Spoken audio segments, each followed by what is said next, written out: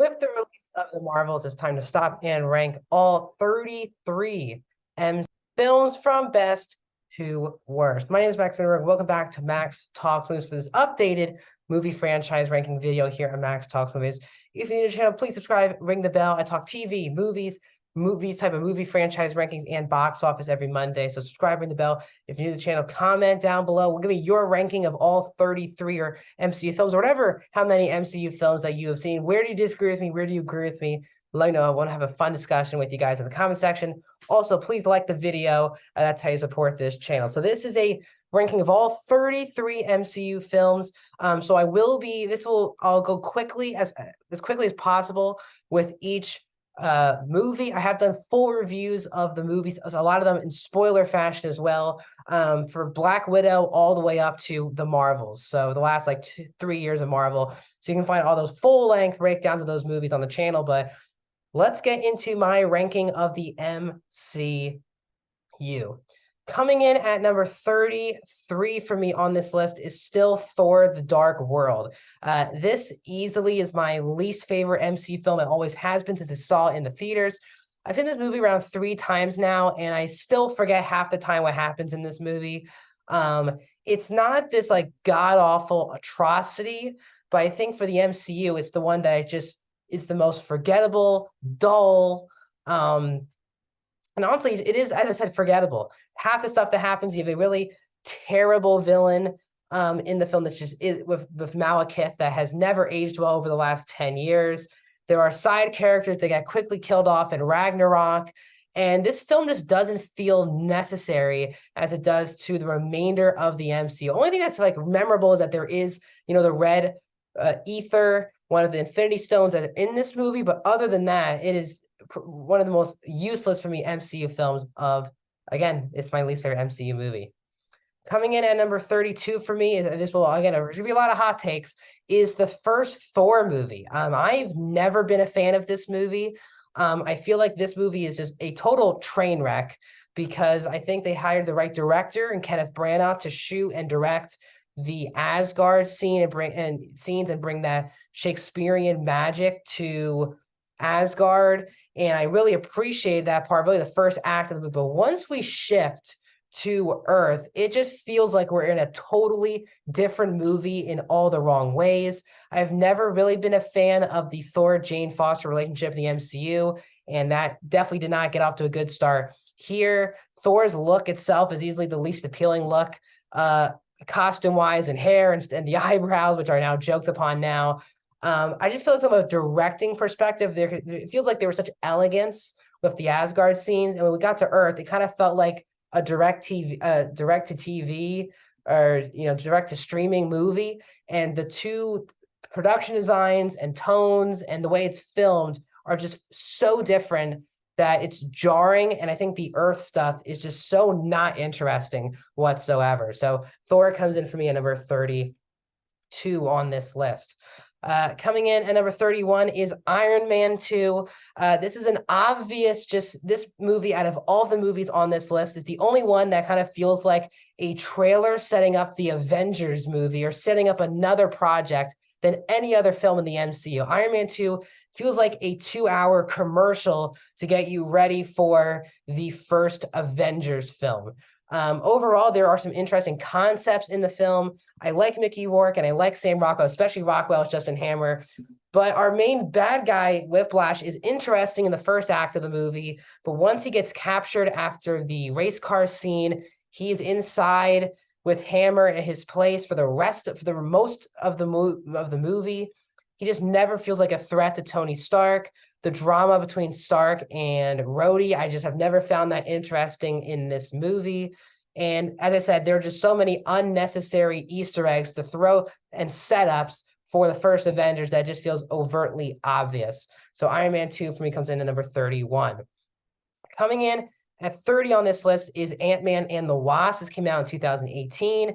And I really don't like this movie. I think I'm more negative than most people. I cringe at the comedy. I think this is the one MCU movie that has my least favorite comedy in the whole MCU. I don't find this movie to be particularly funny. It's more cringe than it is laughing. I do love the cast with Lang and Van Dyne, but the villains are not interesting whatsoever, especially Sonny Burch, played by Walton Goggins. I like Walton Goggins. And then Ghost felt completely wasted. They wasted Lawrence Fishburne. I just didn't feel like this movie had just any stakes to it. Not that I need the world to blow up, but again, it feels like another mini commercial keeping you on the edge of your seat from the ending of Avengers Infinity War and why Ant-Man was not in that movie. It just feels a bit too small scale for me. And as I said, there are a lot of missed opportunities in this film as well. Now we get to number 29. That's where we get Ant-Man the Wasp: Quantumania, a major disappointment. I think it's one of the biggest disappointments I've had walking into an MCU movie, because I just love Jonathan Majors as Kang in that season one ending to Loki. I'm excited to see what they do with him for the next step. And I just felt like this was just a misfire. I think Jonathan Majors saves this movie at times from being totally unwatchable. He's clearly captivating as Kang, and he keeps the movie watchable when it clearly isn't. But there are just no character arcs for anyone in this movie. Scott, Hope, and the both Pym parents have no character arcs going on in this movie, except for Janet. Janet and Kang are the two interesting things going on here. But Sky is just, there's nothing new. You've been there, done that. There's nothing interesting with that character in this movie. Hope also is completely put on the back burner in this movie with her being in the title. She feels so forgotten about out of the main cast. They wasted Bill Murray. I, again, really did not like the way they utilized MODOK in this movie. And I think Cassie Lang was just more annoying than she was innocent, playing Ant-Man's daughter. So overall, a misfire for the MCU, and one that they probably will now move on from moving forward into the next couple of phases. Coming in at number 28 is Thor: Love and Thunder. Now, this movie was much higher on this list when I think even when I did this ranking 6 months ago on my Letterboxd, but I have completely dropped this off. I've seen this movie twice now, and I really did not like watching this movie its second time. Another movie with one of the biggest missed opportunities of the MCU of all time, I think, will be Christian Bale being cast in the MCU as a villain in Gore the God Butcher, who does no God butchering in this movie. You can feel that they shot a 4-hour set and cut almost 2 hours of film out of the movie. I think the tones are just all over the place, and very similar to the way I felt about Shazam in the new Shazam film this year, where he just felt like a total doofus.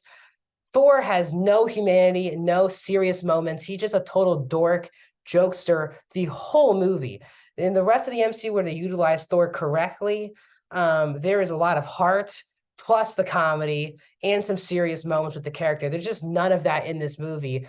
And because this movie is going for ultra comedy, you can sometimes forget that Jane's in this costume to avoid having cancer and trying to save her life. I just think that's such a forgotten part of the movie because it's so much reliant on the comedy. So Thor: Love and Thunder comes in number 28. Here comes a hot take. You can hit me up in the comment section. We can talk about it. Number 27 for me is Guardians Volume 2. This movie, again, is one of the most annoying films from a comedy perspective of the whole MCU. Very similar to the transition from the first Ragnarok to Love and Thunder, and now the first Guardians to this film. There's a total drop-off of what the tone should be. And I think Guardians of Volume 2, instead of adding more heart, and they did, the Yondu aspect of this movie completely elevates it, other than the bottom 6 movies I've said, so, bottom 5 movies I've said so far. But I've never liked Ego at all. He's one of my least favorite villains of the MCU. Tonally, this movie, again, very similar to Thor: Love and Thunder, is just going for all the jokes in the world. Every character has to tell a joke. All the characters can't be serious. And then we get to a character who basically reveals that he's killed trillions of people just to find the one child who can conquer. It gets so dark, so out of nowhere. And then the movie can't find its tone again for the final 20 or so minutes. So that's why Guardians of the Galaxy Volume 2 is at number 27. Coming in at number 26 for me, let me find it, is Eternals. I've seen this movie twice, and I think it's one of the most well-made movies of the whole MCU. Chloe Zhao did a great job from a directing perspective.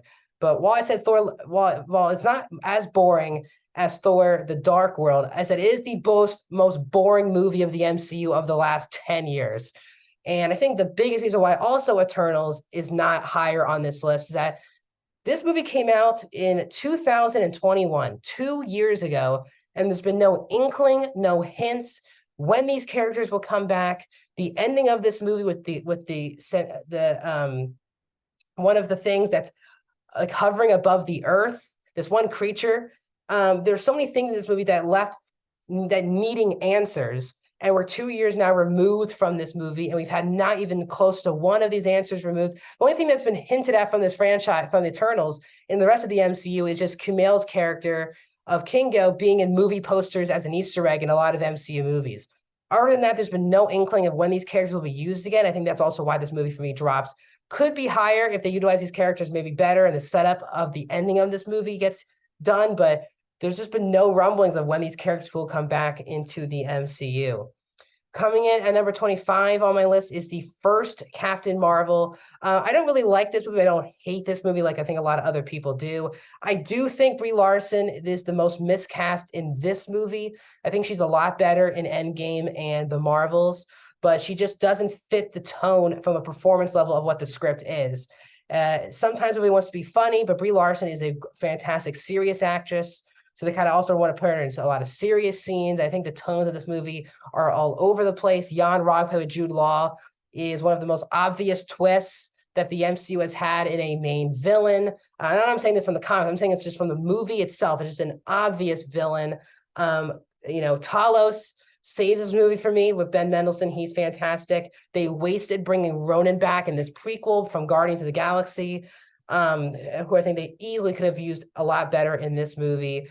It was just not an interesting film. There were things going on. They're not awful, but there are things I just didn't care about. And that's why Captain Marvel comes in where it does. Moving in here to number 24 on this list.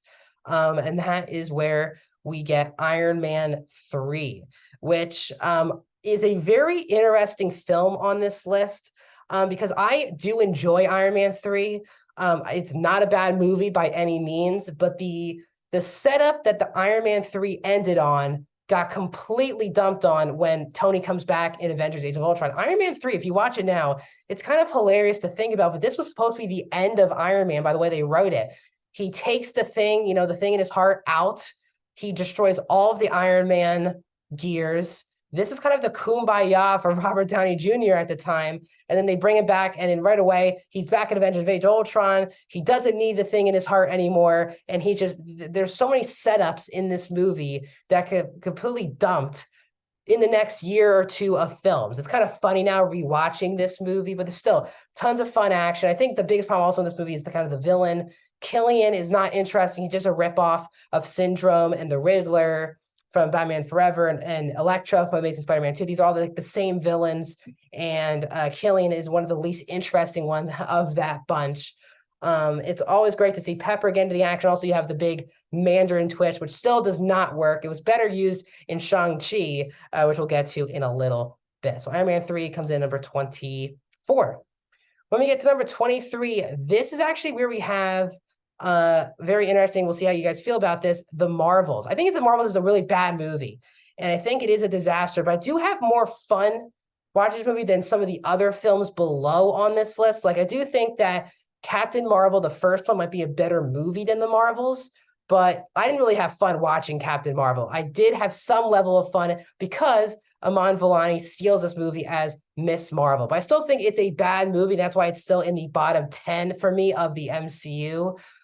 So it's not that high, and I'm not trying to defend it, but it's just not that high on this list, but it definitely could be lower if I rewatch it 2 or 3 times, which I will once it hits Disney Plus, but still a disaster of a movie from a story level. The editing is god-awful for me in this movie. I've never seen a movie in my life try to rush to the finish line and the credits so quickly than the Marvels did. I've already done my full spoiler, non-spoiler review, so I'm going to move on from the Marvels. This is at number 23. To number 22, and as we have The Incredible Hulk. I think that The Incredible Hulk is one of the more underrated movies of the MCU. Kind of now from 22 on, I have some level of enjoyment with these movies and a positive level more than negative. So Incredible Hulk, I do like Edward Norton as Bruce Banner. Again, I like Bart Ruffalo as well, but I think Edward Norton was well cast in this role. I love Tim Roth as Emil Blonsky in Abomination, a very interesting villain. that they do a better job with Abomination here being kind of an equal Hulk, I think, but even better than Iron Man did with Ironmonger being the villain at the end of that movie. There were a lot of good MCU Easter eggs and setups that didn't feel forced, but still, it's kind of a forgettable film because, again, it's Edward Norton, not Mark Ruffalo. We haven't really gotten Liv Tyler back as Betty Ross. We've gotten Thaddeus Ross, and a lot of this movie just feels so different. There's kind of no comedy, and it doesn't really fit the MCU. So that's why it's kind of lower on this list than most people. But Incredible Hulk, I do have some fun with the Incredible Hulk. At number 21 is Black Widow. The first MCU movie I reviewed here on this channel. I do have fun with Black Widow. It's not a terrible movie, but it's not a good movie either. Florence Pugh has been my favorite character of the MCU since since this movie came out in 2021, of this new era of Marvel, a lot of people say the bad era of Marvel. I think Florence Pugh has been the best part of this franchise for the last 2 years. She's great here as Yelena with Scarlett Johansson as Black Widow. I love David Harbour as well as a scene-stealing Red Guardian, and seeing kind of the espionage spy element that they kind of lost after Winter Soldier, bring that back into this movie, I liked as well. The problem here, again, the villains are really stupid, and and they're just not interesting whatsoever. They wasted that one villain. Of course, now I'm forgetting the villain who I'm thinking of. But the one villain who is like, the mask, and it's the daughter, completely wasted that character. Can't really get anything back for that. And it's also a movie it just feels too late. So they could have done a Black Widow movie like 10, 15 years ago, maybe before the first Avengers or in between Avengers and Ultron. But because she died already, it's just a movie that you just never want to go back to, because you want to see her in the good times of Endgame and Infinity War and stuff like that. So that's why Black Widow comes in number 21. Top 20 now of the MCU, with number 20 for me being, let me find it, Doctor Strange 1 back in 2016. I do like Doctor Strange 1 a lot. Cumberbatch was completely well cast. Scott Derrickson was an excellent choice to direct some of one of the best horror directors working today. Definitely brought some of that element into the movie. I really do actually like the Doctor Strange Christine Palmer relationship in this movie. The best relationship for me is Strange with the Ancient One, played by Tilda Swinton. Her death is really great, and the emotional scene of that was fantastic. I think another big problem in the movie is, again, the villain. Caecilius is one of the worst villains of the MCU, played by, again, another wasted actor that's in the MCU, Mads Mikkelsen, but they're completely wasted in this movie. And I think they really also, I'm not a big fan of Mordo in this movie. There's elements that Mordo can be interesting, but then as the movie kind of goes on, Mordo becomes less and less fascinating to watch on screen. I like Joe Ejiofor, but it's a relationship, a dynamic between Strange and Mordo that I just have never enjoyed in the MCU. So Doctor Strange comes in number 20. Moving on to number 19 is Avengers: Age of Ultron. I like this movie more than most people. There are obviously a lot of, this is a very flawed movie for sure. And I think Ultron in the opening acts of the movie is interesting, but once you get towards the third act, Ultron should have been Thanos level great of a villain, and he's not. He's a good villain, but not an all-time classic villain like I think a lot of people like me were thinking heading into watching Avengers: Age of Ultron. But there's a lot of great elements in this movie. Obviously, the Avengers team teaming up together is a lot of fun. The addition of Quicksilver and Wanda as the twins were tons of fun, especially Aaron Taylor-Johnson as Quicksilver. He was very well cast in this role. The action scenes are a lot of fun, especially that opening one, trying to get to the twins. That was a lot of fun in the opening. The party, then the Ultron coming out in one of the deflated Iron Man bodies was really well done. And James Spader was a great voice. Meeting Clint's family. There's a lot of really good elements in this movie. I defend Age of Ultron, I think, more than most people. So that's why it's at number 19. Coming in number 18 for me, let me find it, is Captain America: The First Avenger. Now, this is not one of my favorite origin stories in anything, in the MCU, in superhero films in general. It's a really solid movie. It's nothing special, I think, is going on here. You love seeing Steve and Peggy. I think that's kind of the best part of this movie. I actually do love Hugo Weaving as Red Skull and going up against Hydra. Bucky he's good in this movie, but he gets so much better with the franchise as it goes on. But it's not a movie that just sticks with me a lot. Kind of the ending with Red Skull going up for the Tesseract. I've never been a big fan of that. And I think the movie doesn't have a lot of stakes to it because Captain America is just going to come back those years later. For some reason, this movie I can't keep getting it higher than the movies above it. I like this movie a lot, but I'm not like this movie. I'm not passionate about more than the rest of the films on this list. Number 17, hot take, another one incoming, is Multiverse of Madness. I really like this movie. And a big one, of course, I'm biased. I love Sam Raimi and his direction style and his horror style that he perfectly, for me, added into the MCU with this movie. A lot of the shot selection, the jump scares, I really appreciated being a new addition. Just felt like a fresher movie than a lot of the MCU has been over the last 5 to 10 years. Another thing I love is Wanda. Wanda is the MVP of this movie. She's one of the best characters of the MCU. And for some people, she did not work in this movie, and her progression from WandaVision to this did not make sense. For me, it actually did. Because again, Wanda for me made sense to be a villain. At the end of WandaVision, she does not care that she basically captured and tortured at one point, at points, innocent people into her hex. Innocent people who had their own lives were put into her hex for God knows how long. And she really didn't care. She kind of just moved on. I feel like it made sense for her to be the villain, and the lesson that she learned at the end of the movie. We're all dying to know when Wanda shows up next. I think the biggest problem for me with this movie is that this movie feels more like a Wanda movie than it does an actual Doctor Strange movie. It doesn't really have an arc in this movie whatsoever. The Illuminati were just a bunch of cheap cameos. So again, another flawed movie, but I like this movie more than most people. Now, number 16 is a movie I continue to like less the more I watch it, and that is Spider-Man Far From Home. I enjoy Spider-Man Far From Home. It's the one film in this franchise where you can kind of turn off your brain and have fun because it's a Spider-Man movie. But as the more you kind of watch the movie and you break down the plot of Mysterio and Iron Man giving up these hugely important glasses to just a teenager, doesn't really make a lot of sense. The Mysterio twist, again, you can kind of see coming a mile away. And I wish they actually kind of spent a time longer with Mysterio and Spider-Man building up their relationship more. We do get a lot better stuff here with Peter and MJ now finally trying to be a couple in this movie.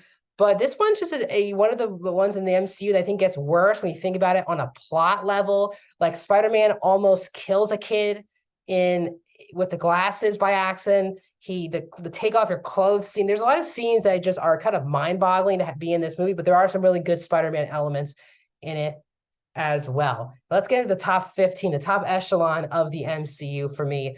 At number 15 is Shang-Chi and the Legend of the Ten Rings. Cannot wait for when these characters will be used once again, but this for me is all about the villain. Tony Leung as the actual Mandarin is one of the best villains that the MCU has had so far. He's fantastic in the movie. He's compelling both as a villain, a husband, and a father. A lot of dimensions here. This movie is also gorgeously directed by Destin Daniel Craig, who brought all of that authentic Asian culture into this film. Also, one of the best parts about this movie is that the first two acts are pure just hand-to-hand combat, not CGI fights. I mean, that's what drags this movie down for me is kind of the CGI fights. The movie was so good with the one-on-one close-to-hand combat in the opening two acts, and the third act is all about the CGI, especially with the fight between the father and son. But for me, this is a great, really good movie, and I'm just so happy it's in the MCU, and hopefully we see more of these characters moving forward. Coming number 14, another film that I believe is criminally underrated, get it, is Ant-Man 1. I really do love this movie. I watch Ant-Man all the time. I think it's a breeze of the movie, and again, feels different than anything in the MCU before.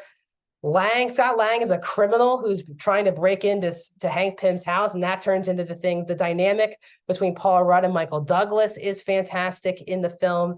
Evangeline Lilly is really good. Obviously, she's not the Wasp yet, but this is actually my favorite performance of Lilly as this character in the franchise. A great scene between Ant-Man and Falcon in this movie, which I really appreciate, but there's a lot of heart with Scott trying to protect his family that has kind of moved on from him with adding Bobby Cannavale's Jim Paxton into the fray, but him and his daughter's relationship still carries a lot of weight. Michael Pena has really struggled for me outside of this movie in the MCU, but I love his character as a side character with David Desmanche and T.I. in this movie. So I don't really love Yellow Jacket. He's one of the more useless villains of the MCU, but I just have so much fun watching the first Ant-Man movie, so that's why it's number 14 on this list. At number 13, again, let's keep the hot takes coming. I'm going to keep saying that for movies I feel like people are not going to be happy with me that is Black Panther. Now, yes, it is not a top 10 MCU movie for me. I do feel like the third act, it's a very similar way I feel about the first Wonder Woman film, kind of perfection for two acts. And then I think the third act has a really terrible CGI fight between Killmonger and Black Panther. Killmonger just becomes Black Panther 2.0 in a gold suit, which I've never really liked. The fight itself wasn't really good. I think the emotional ending I didn't feel as emotionally invested into. Then the first two acts, Killmonger is a top 3, top 5 villain of the MCU. Love Michael B. Jordan. He is the best part of this movie. I think at times he's too much more interesting. He's way more interesting than T'Challa in this movie. And at times I don't love when the villain overshadows the hero like in this movie, but still it's a fantastic movie. The culture, the score from Ludwig Göransson, the direction from Ryan Coogler, the beautiful performances from Chadwick Boseman and Lupita Nyong'o and Denai Garai, Letitia Wright, and Angela Bassett. It's a fantastic film, but the third act does hold this back from me getting to the top 10 of the MCU. At number 12 is the movie that started all, the first Iron Man. The first Iron Man has a lot of nostalgia, of course. This kicked off this franchise 15 years ago. Robert Downey Jr., one of the best castings in the history of cinema, in my opinion, as this character. I just love, he's perfect in this role. Gwyneth Paltrow is always great. Jeff Bridges does a really good job with the villain character for the first two acts of the movie. There's a lot, and getting Jarvis and getting Happy. There's a lot of good things going on here in this movie. I just don't love, also very similar to Black Panther, the third act of this movie. Jeff Bridges, who, it took Iron Man all of this time to build this outfit, and then it takes Obadiah Stane a couple hours to build his Iron Man outfit to fight Iron Man the third act. It always pulls me out of the movie, that fight with Iron Man and Obadiah Stane. I don't like it. It makes no logical sense how Stane could build this suit so quickly. And then for him to even be competitive with Iron Man in a fight scene as well. So Iron Man, I do really like this movie, but it can't get into the top 10, very similar to Black Panther, due to its third act issues. Just missing the top 10 for me at number 11 is Spider-Man Homecoming. I love Spider-Man Homecoming. I think it's a really great film. Now, I do think the biggest problem with it is that it does feel more like an MCU movie than it does an actual Spider-Man movie. But Ned is great. Vulture, played by Michael Keaton, is one of the best Spider-Man villains of all time, one of the best MCU villains of all time. He's fantastic. He's not just trying to blow up the world. He's trying to steal items for his family. And Spider-Man's trying, of course, the big twist with Peter dating we learn out Liz, who is actually Vulture's daughter, and that twist and the car scene is one of the most memorable scenes of the entire MCU between Vulture and Spider-Man. It's a very funny movie, but it feels that John Hughes feel to it, which I think separates itself from the rest of the MCU. So Spider-Man Homecoming is at number 11. Now let's get into the very much highly anticipated, my top 10 MCU films, with number 10 being the first Avengers film. I think this movie kind of gets forgotten about more as we go on because of the greatness of Infinity War, Endgame, and also Civil War, which we'll get to in a second. But the first Avengers kicked off, yes, Iron Man kicked off for the MCU, but where would we be in Hollywood in the superhero genre, or just in general, without the first Avengers film? We've never gotten this much team-up movies ever in the superhero genre, and the Avengers gave the template on how to make a really great team-up movie in the MCU, and they only improved as the franchise went on. Loki is a fantastic villain, much better utilized here than he was in the first Thor film. The dynamic between Tony Stark and Captain America is always fantastic. Also, the dynamic between Hulk and Black Widow is always great. The fight scene between Captain America, Iron Man, and Thor is always fantastic. Their first meeting together is just great. This movie holds up as much as the other films, but I love the first Avengers movie. At number 9 for me is Black Panther: Wakanda Forever, the most emotional I've been in a theater watching an MCU movie. I was just, I was excited for the movie, and I think Ryan Coogler did a masterful job of a god-awful situation of the lead actor, Chadwick Boseman, passing away before filming, how to create this whole new script, whole new story, and it just made sense. That Shuri's character arc, I think, is one of the most beautiful arcs of the whole MCU. Shuri is utilized so well in this movie. She lost her dad, she loses her brother before the movie, and then her mom in the middle of the movie. And she's right to have all these emotions and feelings. I really love Namor in this film as well. And this is a powerful film. I think it's the most powerful and moving film of the whole MCU. And that's why Black Panther Wakanda Forever comes in at number 9. Coming in at number 8 on this list is Guardians of the Galaxy Volume 3. Love this movie. I know a lot of people don't love the animal cruelty aspect, but Rocket is my favorite, or my top 3 favorite characters in the MCU, and this is way more of a Rocket movie, and I was all for it. His backstory, his connection to a ruthless villain, played by Chikwudi Iwuji, who's the High Evolutionary. Love the High Evolutionary. He's one of the most hateable MCU villains that we've gotten so far. You just want to see him get his ass kicked as quickly as possible, especially by Rocket. And there's a lot of good emotions here with Star-Lord and Gamora. The comedy of Mantis and Drax are hilarious in this film. I just love the emotion. It is the ending of the James Gunn era of this franchise. And I like that it wasn't just a film where we're just going to kill off characters. It felt emotionally right. We're in the right place at the end of the movie. My only knock is kind of the Adam Warlock aspect of the movie, but overall, it's such an emotional film, and it's another one that I just really, really love as well. And number 7 for me is one of the most enjoyable films and the most fun I've had in the theater in a long time at the time of this release, which was, I'm trying to find it, Thor Ragnarok. Taika Waititi, this is how he really make his stamp in the mainstream. He's a fantastic director, but this is a fantastic film that finally got Thor right after 6 years of getting Thor wrong, in my opinion. Hemsworth has never been better outside of this movie in the MCU. His dynamic with Loki is the best in this movie, in my opinion. Hela is a really good villain, played by an extremely great actress in Cate Blanchett. The inclusion of Tessa Thompson and Jeff Goldblum were great additions. And also having Ruffalo as Hulk in this movie as well. Great action. There's also good emotion with Odin dying in the film and the responsibility of the brothers to take care of the people of Asgard post Ragnarok. There's a lot of good emotion here. Also, Korg, played by Waititi, is great. The Doctor Strange cameo is great. I have so much fun with Thor Ragnarok, and that's why it's in my top 10. And number 6 for me, is where it gets really tough as usual, is the first Guardians. One of the most surprising movies I've ever seen in my life. I mean, never heard of these characters, never thought of looking, never even come close to knowing who these characters were before this movie, and I read comics. Guardians of the Galaxy was an unknown quantity at the time, and it kind of felt like the MCU was trying something, and that's why I was kind of interested in it. You know, Chris Pratt from Parks and Rec, not really a famous actor. A lot of these people were not, but this movie is fantastic. James Gunn made such an impact in the MCU that it's kind of changed a lot with what the MCU has been for the last 9 years. Yes, this movie is, of course, hilarious, but this movie is one of the most well-casted movies of the whole MCU. The dynamics are great. Ronan's not a great villain, but the Yondu aspect, going into space for the MCU, was much needed. And I love this movie. I watch it all the time, multiple times a year, and I will continue to do that for Guardians 1.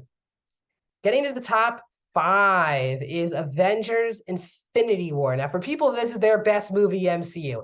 And for me, these 5 movies, they could be the best of the MCU. They're so close to each other. It's so tough for me to rank my top 5, but this is clearly my top 5. Infinity War was the best cliffhanger ending you could ever ask for in a quasi part 1, part 2 Avengers movie. Thanos makes his statement as one of the best villains ever in a movie I've ever seen. The Avengers are all separated, but also need to come together to see the interactions of Tony and Peter with the Guardians of the Galaxy, which is a lot of fun. Black going with Captain America and all of his friends to Wakanda for a fight. Thor being with the Guardians of the Galaxy. But again, it comes down to Thanos making a huge impact as this movie, as one of the most iconic villains in the history of movies. Josh Brolin brought that, but the character and its philosophy, Thanos' philosophy, people can even agree with. And that's something to say when he basically kills off half the population. So that is why Infinity War is at number 5. And number 4 for me is a movie I probably have seen maybe the most out of this whole list, which is kind of an interesting thing to think about. For me, I'm trying to find it, is Captain America Civil War. I've seen this movie the most, I think, out of the entire MCU. Iron Man versus Captain America. I am Team Iron Man, always will be for this list. We get the introductions to Black Panther and Spider-Man in this movie. There's a lot of great emotional stuff with the fact that Bucky, unbeknownst to him, killed Tony's parents, and the fact that Captain America knew about that and never told Tony, leads to a really emotionally satisfying fight scene between Bucky, Cap, and Tony in this film. Also getting Wanda and Vision starting cooking in this movie, but the airport action scene is just fantastic. Zemo is an interesting villain, not a great villain, but definitely knows how to poke the holes of these characters and see where these guys are really politically in the MCU. I think was also a great note. Top 3. Number 3 for me is Captain America: The Winter Soldier, which might be the best overall just movie on this list. I prefer the 2 movies above it, but from a movie film perspective, from a critical perspective, this is probably the best movie of the MCU. It brings the spy espionage genre, put it on a superhero film, and it makes it feel so much different than still anything on this list. The Natasha and obviously Captain America, but Bucky is one of the best villains as the Winter Soldier on this list. Alexander Pierce is another great villain. And I think this has been the best usage of Nick Fury out of any MCU film, with his backstory, him not wanting to tell his backstory, the fact that all these people are turning on Captain America. There is so many good twists and turns with Hydra in this film. You get Falcon's introduction in this movie. Quotable movie. It is a fantastic film. That's why it's at number 3. At number 2 for me is Avengers Endgame. My second favorite movie theater experience of all time. I just remember buying my ticket, taking an hour to buy opening night tickets for this movie, and being in the theater and it feeling like an event, a sporting event. People are cheering, people are crying in the theater.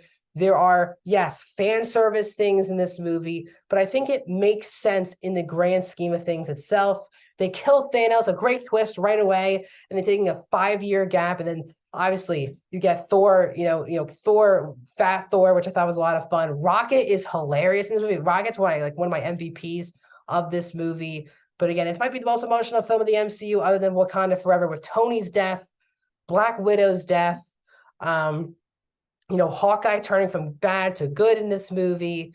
There's just so many elements, Clint seeing his family again. And then you get that big action scene with the whole MCU going up against Thanos and his forces. How can you not love Avengers Endgame? And then coming in at number 1 for me is going to be Spider-Man No Way Home. One of my favorite, this is by far and away my favorite movie theater experience of all time. My favorite character of all time in movies and comic books is Spider-Man. And this movie just meant the world to me at the time. Me and my family, especially me and my brother, just adore this franchise and this character. I grew up with the Tobey Maguire 2002 Up films. I was born in 2002. This is one franchise that I begun with and ended with.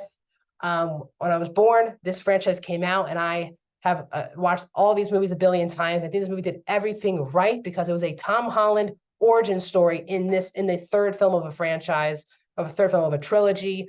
Andrew Garfield is by far fantastic, way better than he was in his amazing Spider-Man films. Tobey Maguire is great. Willem Dafoe is still iconic as the Green Goblin. But there's such an emotional story here with Tom Holland's Peter, the sacrifice he makes in the third act, his relationship with MJ. I adore Spider-Man Far From Home and No Way Home, and that's why it's at number 1. So that's my long video of all 33 movies on the MCU. My next movie franchise ranking will be next week, but I rank all 5 Hunger Games films. So stay tuned for that, and I'll see you guys soon.